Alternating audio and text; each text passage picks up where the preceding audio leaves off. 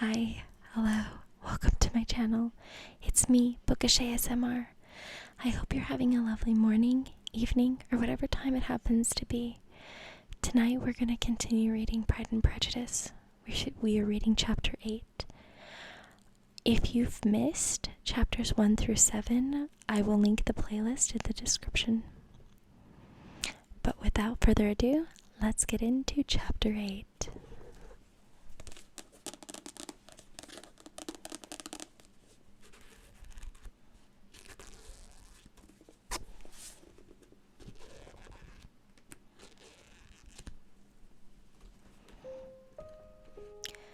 Chapter 8.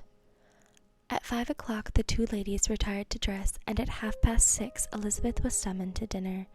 To the civil inquiries which then poured in, and amongst which she had the pleasure of distinguishing the much superior solicitude of Mr. Bingley's, she could not make a very favourable answer.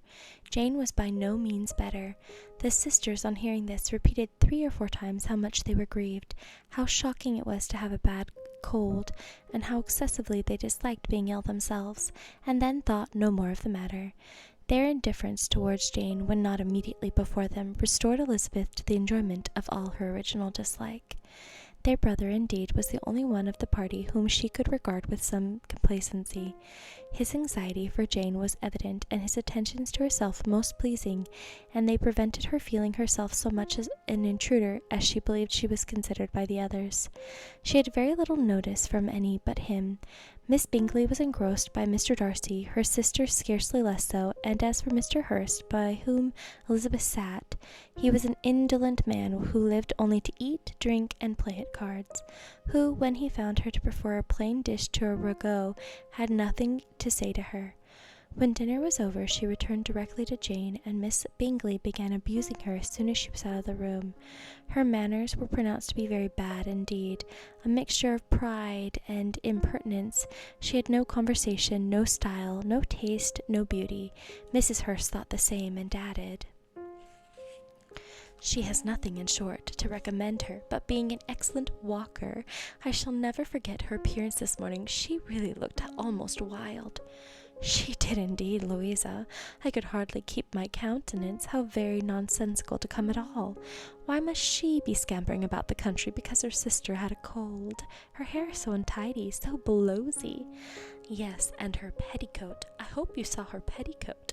6 inches deep in mud, I am absolutely certain, and the gown which had been let down to hide it not doing its office."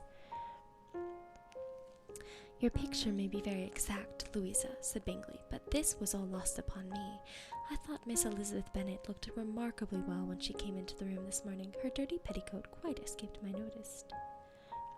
"You observed it, Mr. Darcy, I am sure," said Miss Bingley, "and I am glad to think that you would not wish to see your sister make such an exhibition." "Oh, certainly not."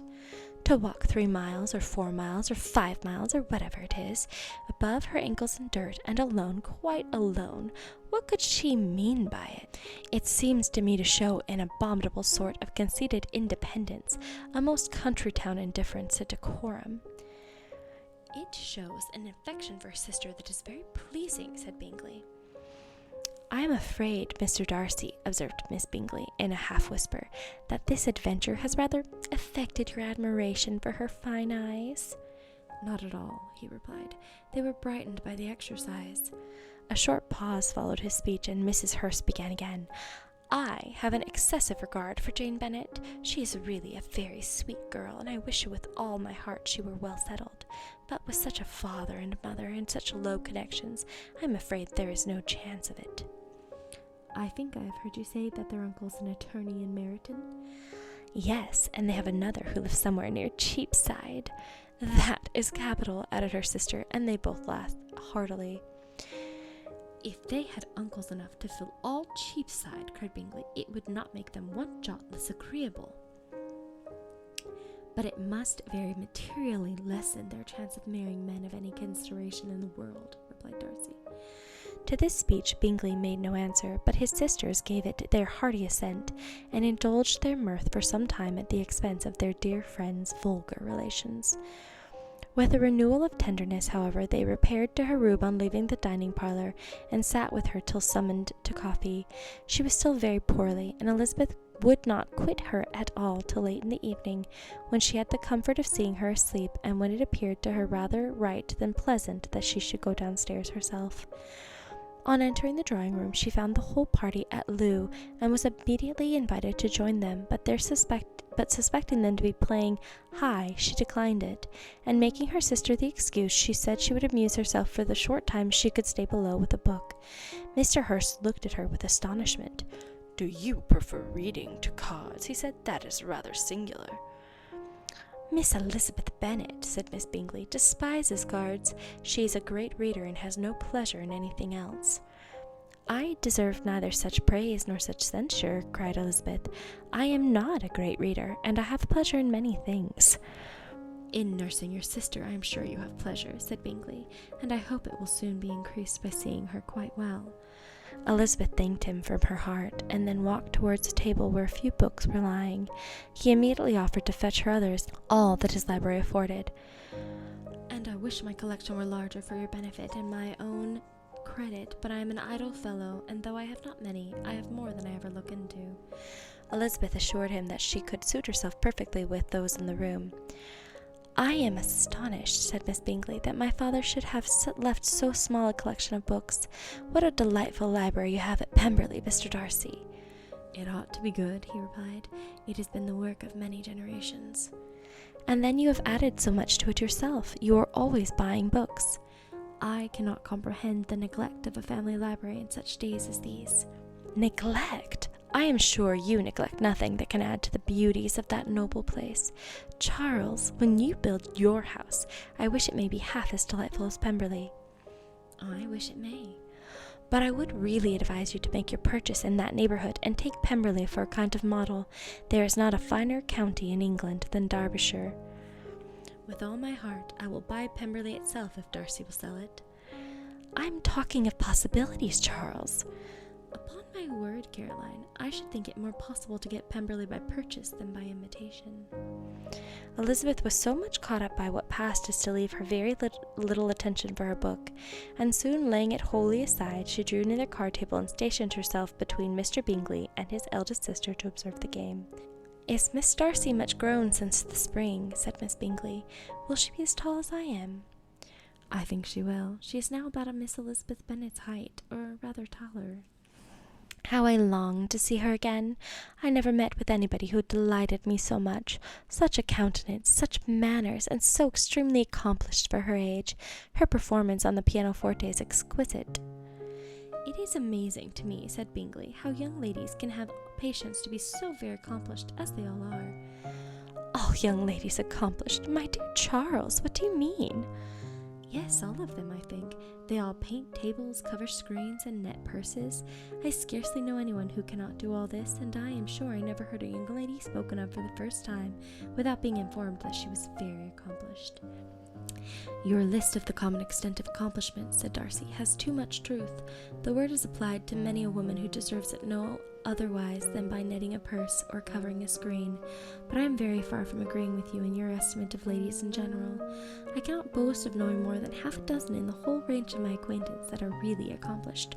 "Nor I am sure," said Elizabeth. "Then," observed Elizabeth, "you must comprehend a great deal in your idea of an accomplished woman."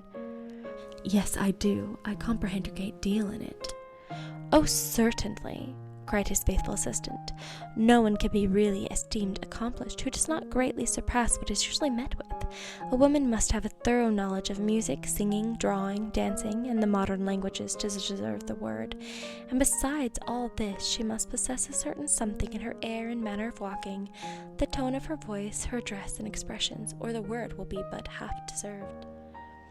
"All this she must possess," added Darcy, "and to all this she must yet add something more substantial in the improvement of her mind by extensive reading." "I am no longer surprised at you knowing only 6 accomplished women. I rather wonder now at you knowing any."